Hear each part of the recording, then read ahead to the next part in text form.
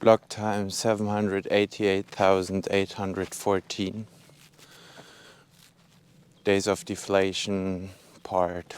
Fragola. I don't know.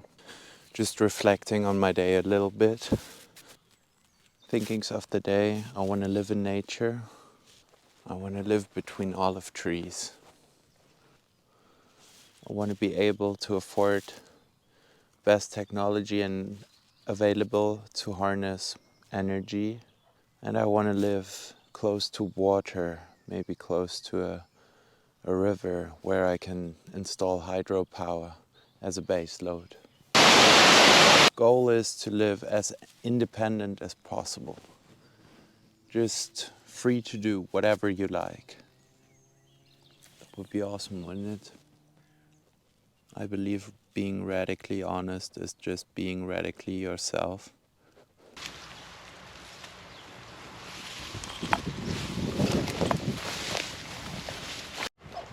Although I'm quite allergic at the moment, I really enjoy this strolling through the mountains, looking for food.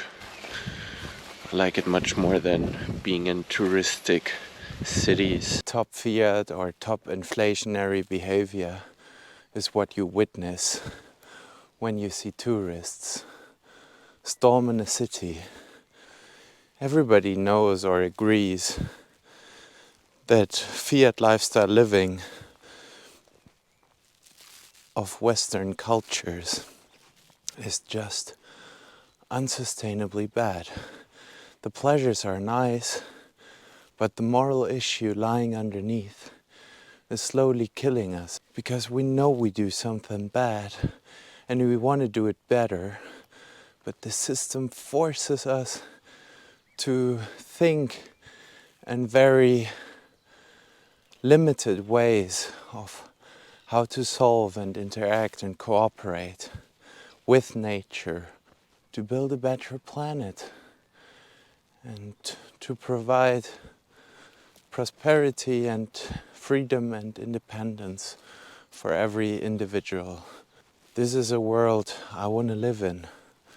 So I think I just need to build up from the ground and establish that community, that culture, that just lives the ideas and principles offered to us by this beautiful planet. I mean, this is life. Look at it.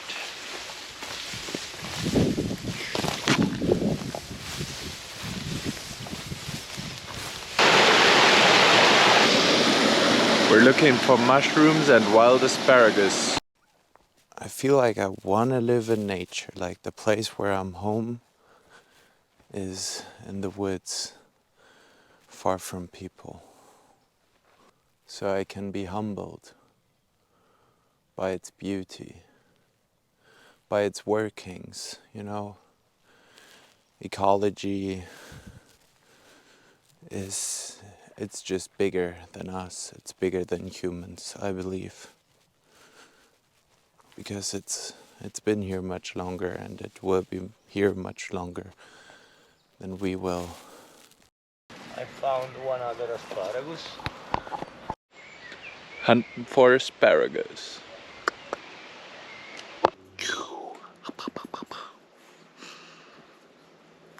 Vorrei vedere persone più umili, ma ti garantisco che sono sempre più rare. Non si finisce mai di crescere, no, non si finisce. Oh, we must go to take wine to my father. So we're at the place of Stefano's parents. Got some white wine for lunch. If you like, take some one and we take for the house because I don't have at my house, my home. Similar to Bricot, I think.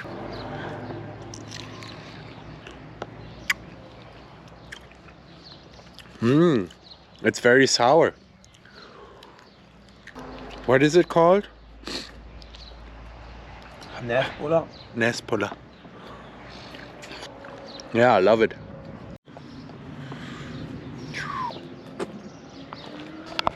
I believe that nature is a great teacher, that we should adapt more to our surroundings, ourselves. Thinking like nature is just the most long-term thinking.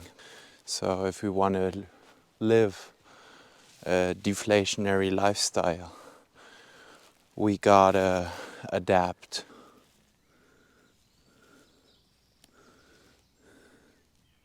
Everybody values nature, but no one can put a number on it.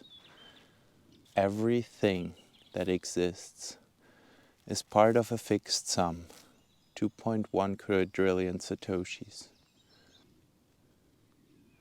No one feels the cost of losing nature.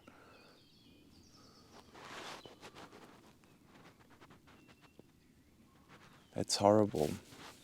So we gotta change that. We must switch it. We must fix our thinking. Ask yourself that question. What is the price of the universe? Can it be measured? What is it measured in? I mean, just think about it.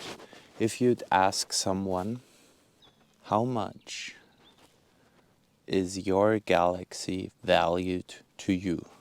How many dollars?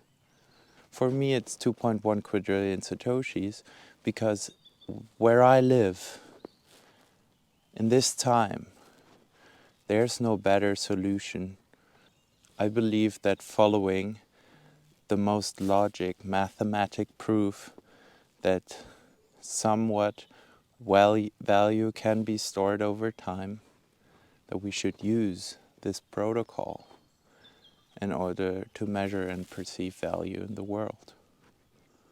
Once you realize that perceiving value is a subjective feeling where everybody just perceives value differently.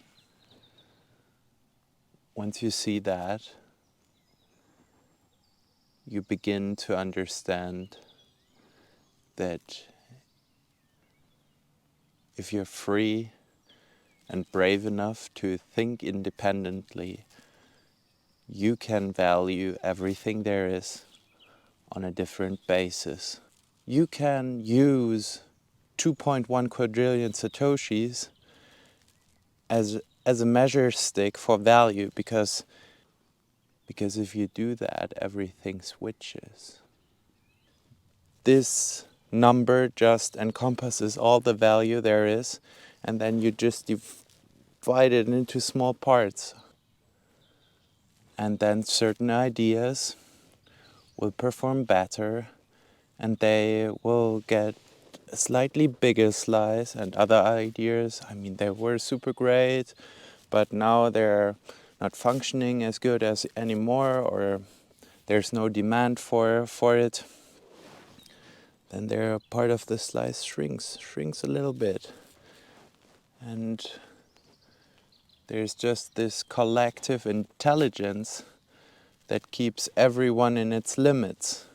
And if we can communicate on one level and perceive value through that lens, then a lot of communication and conversation between cultures would develop.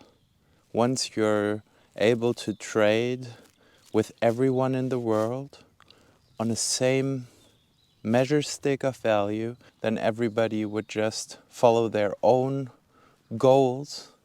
And I believe that everybody's intrinsic goal is to make the world a better place. And you can only do that if you provide value to others. If you're drawing more value than you create, you'll die out one day. That's kind of evolution. Evolution and innovation and creative destructions, these are all principles drawn from nature. And I think we can apply them to economy. The future is now. Take it.